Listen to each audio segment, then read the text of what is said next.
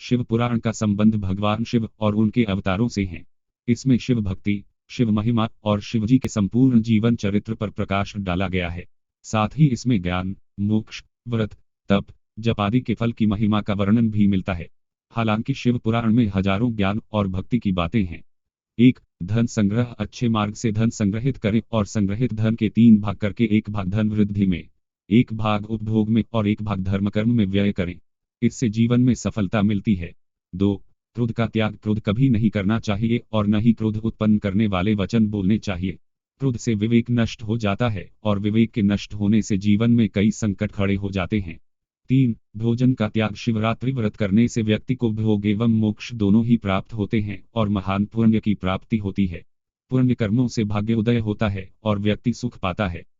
4. संध्याकाल। सूर्यास्त से दिन अस्त तक का समय भगवान शिव का समय होता है, जबकि वे अपने तीसरे नेत्र से त्रिलोक्य तीनों लोक को देख रहे होते हैं और वे अपने नंदी गणों के साथ भ्रमण कर रहे होते हैं।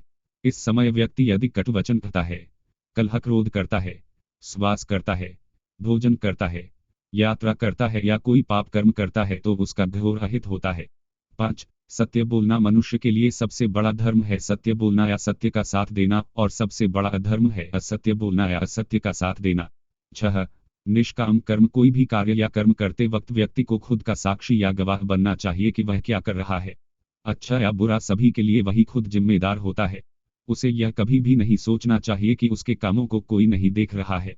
यदि वह मन में ऐसे भाव रखेगा तो कभी भी पाप कर्म नहीं कर पाएगा।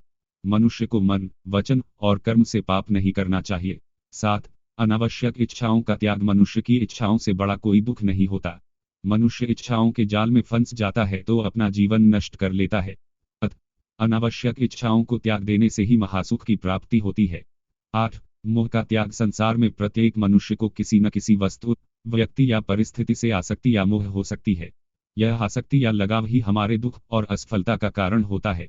निर्मोही कर निष्काम कर्म करने से आनंद और सफलता की प्राप्ति होती है।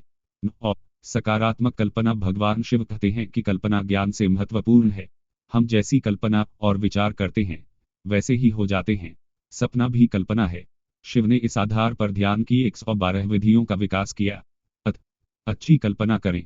10 पशु नहीं आदमी बनो। मनुष्य में जब तक राग, द्वेष, ईर्ष्या, वैमनस्य, अपमान तथा हिंसा जैसी अनेक पार्श्विक वृत्तियां रहती हैं, तब तक वह पशुओं का ही हिस्सा है।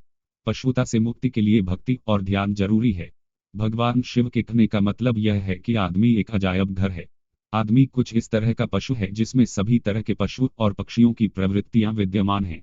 आदमी ठीक तरह से आदमी जैसा नहीं है। आदमी में मन के ज्यादा सक्रिय होने के कारण ही उसे मनुष्य कहा जाता है, क्योंकि वह अपने मन के अधीन ही रहता है।